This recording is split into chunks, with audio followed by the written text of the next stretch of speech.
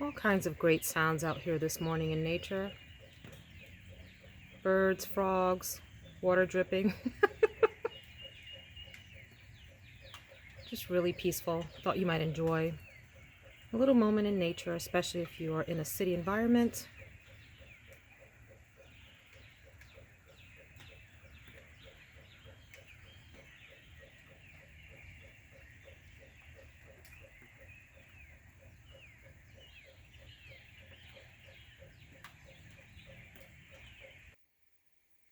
Hey there, this is Veronica at Veronica Says. Thanks for joining me for my daily scent and makeup of the day video. And thank you for indulging me as I shared with you something that really just helps get me centered, which is taking a step outside in the morning, assuming it's not freezing cold, because I do not go outside when it's cold. But it's a nice morning here, about 50 degrees or so, and it'll warm up later in the day. And I like just taking that moment to listen to the sounds outside, center myself, and remember that we are a part of a greater whole. I'll leave it at that and let you reflect on that. My fragrance of the day today is one that I hauled from Aroma Concepts. Aroma Concepts is an online fragrance company, and they sell a number of Middle Eastern fragrances, many of which are really, really fantastic clones or dupes of other higher end fragrances. I can't always detect or figure out what the fragrance is a dupe of because it doesn't say on the website, but these are really well done fragrances. I will link in the description below a haul that I did a video that I did with my husband. We just had a blast opening up this huge box of fragrances from Aroma Concepts and checking them out. So it's first impressions. Now I'm going back through and actually trying some of these out for a whole day, giving them a full on test to see what I think. So today's fragrance of the day is one that I learned about from other YouTubers, and I don't remember the person that introduced me to it, so I apologize. But I think it's pronounced Sabah Al Ward. Sabah Al Ward. And here is what the bottle looks like. And when I sniff this, it does remind me of something else, but I can't quite put my finger on it. One thing I can tell you about this fragrance is that I like it a lot. It is really a beautiful fragrance.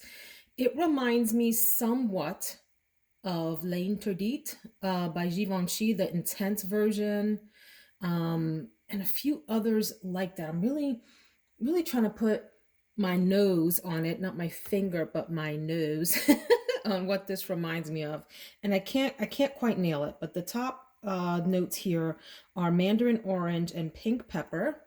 And it does come across really orangey at the top, but there's something else there that's really sweet, almost like a sweetness that has a little bit of tart to it as well.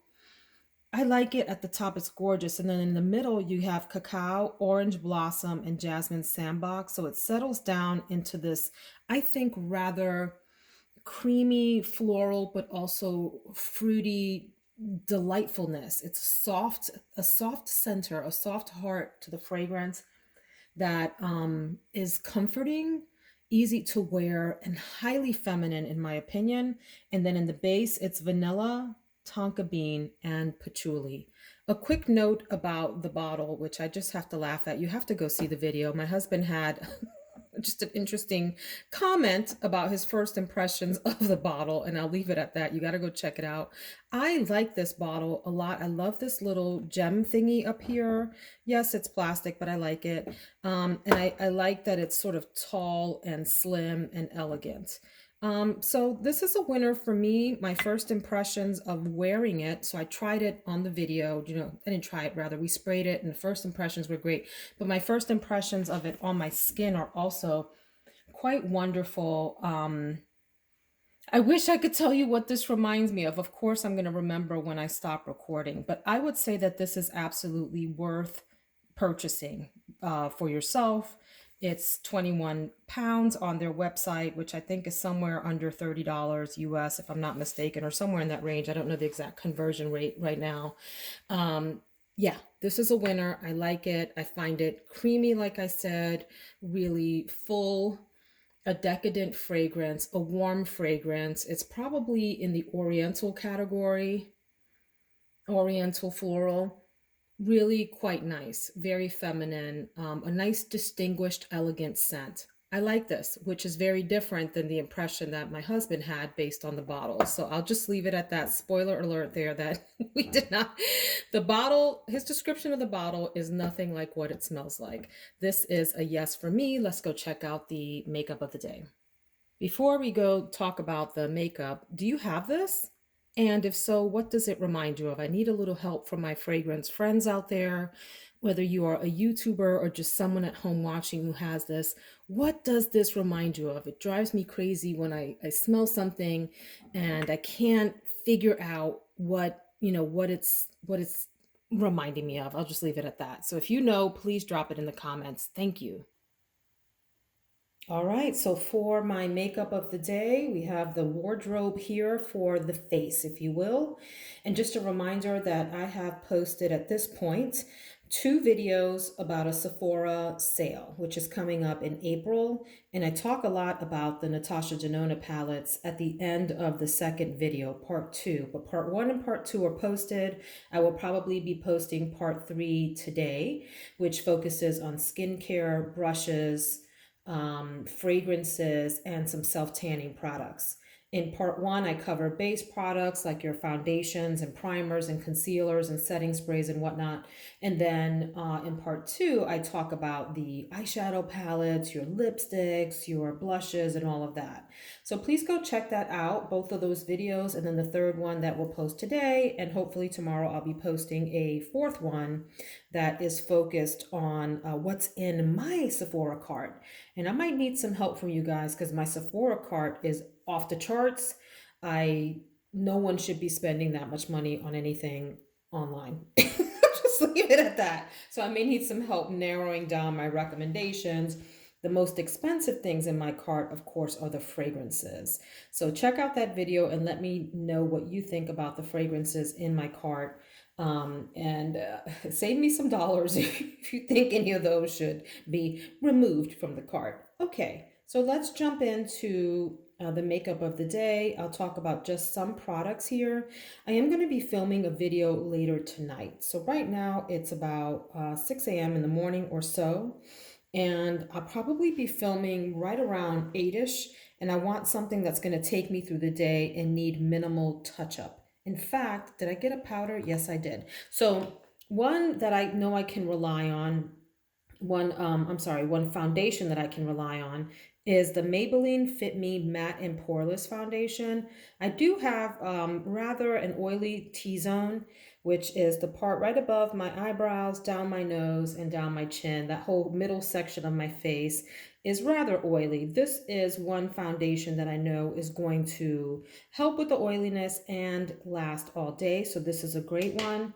I would like a decent concealer that's not going to, creep up on me or create any issues during the day. And for me, one that is really a holy grail is the Pat McGrath Labs concealer.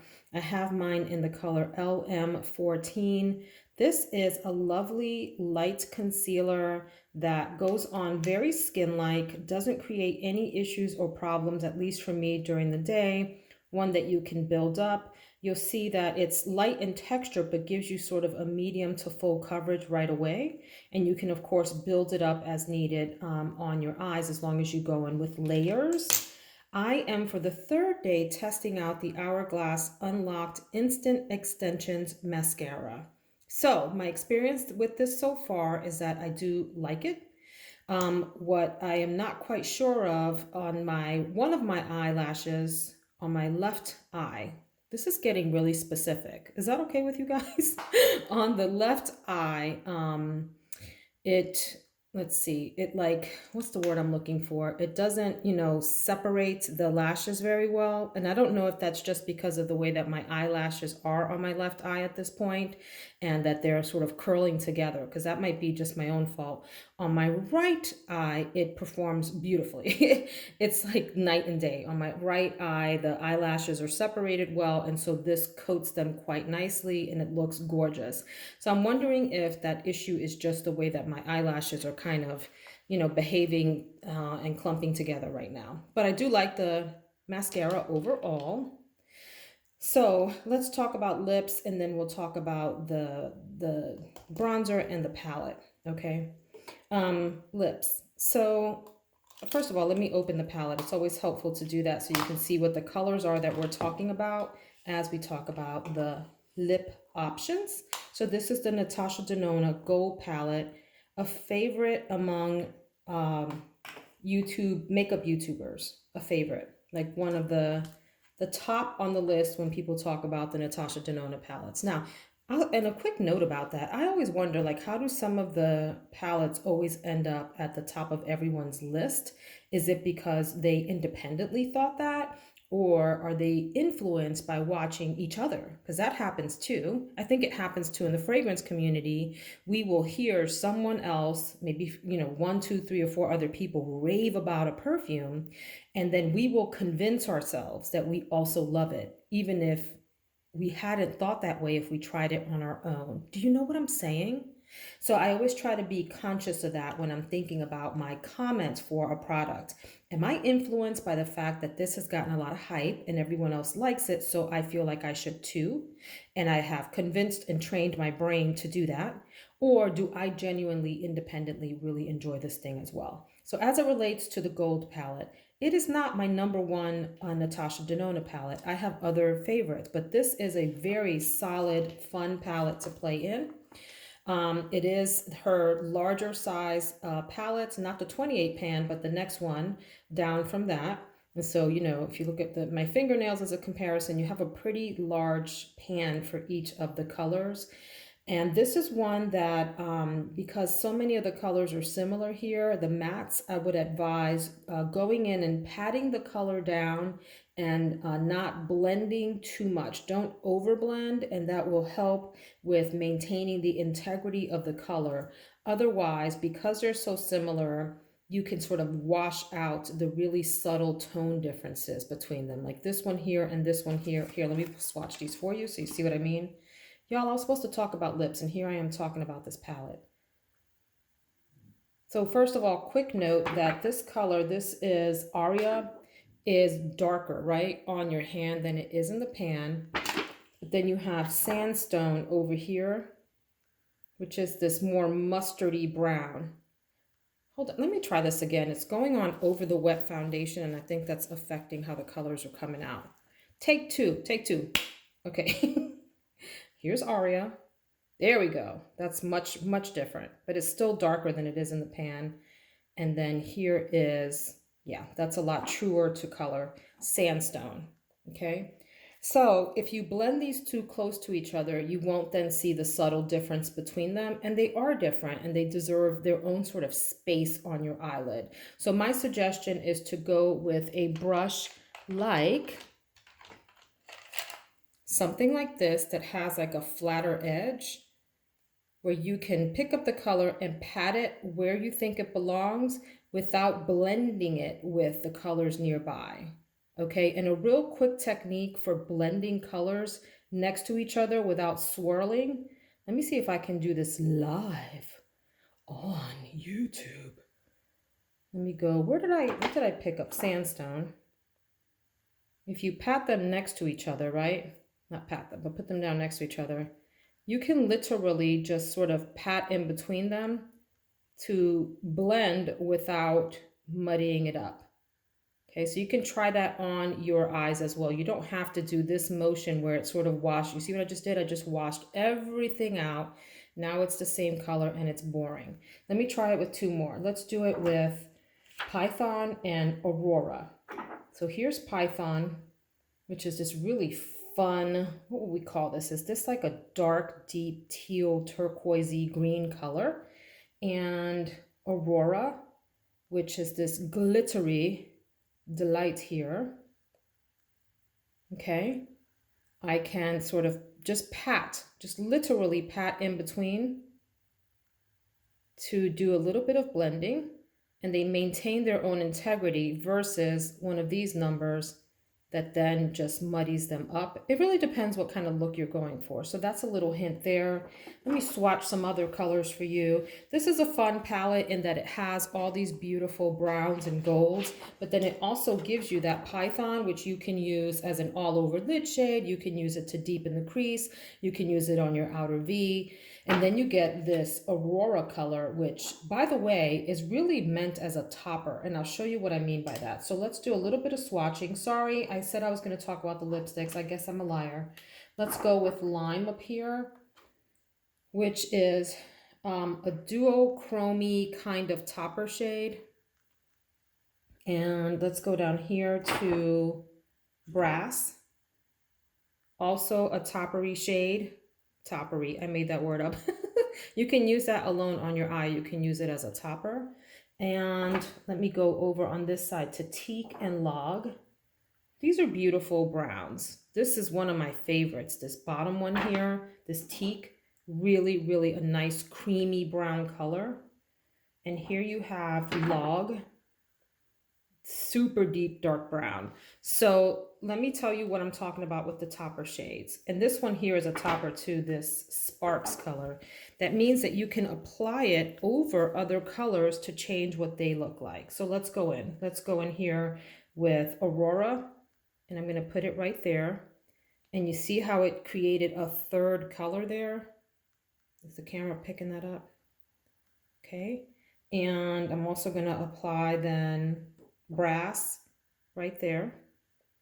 You can just tap it over the color to create a third color, or this Lime. Yeah, and now you have a green brown, a gold brown, and a blue brown, and you have just created a whole new set of colors. Let me also swatch this Spark so you can see what that does.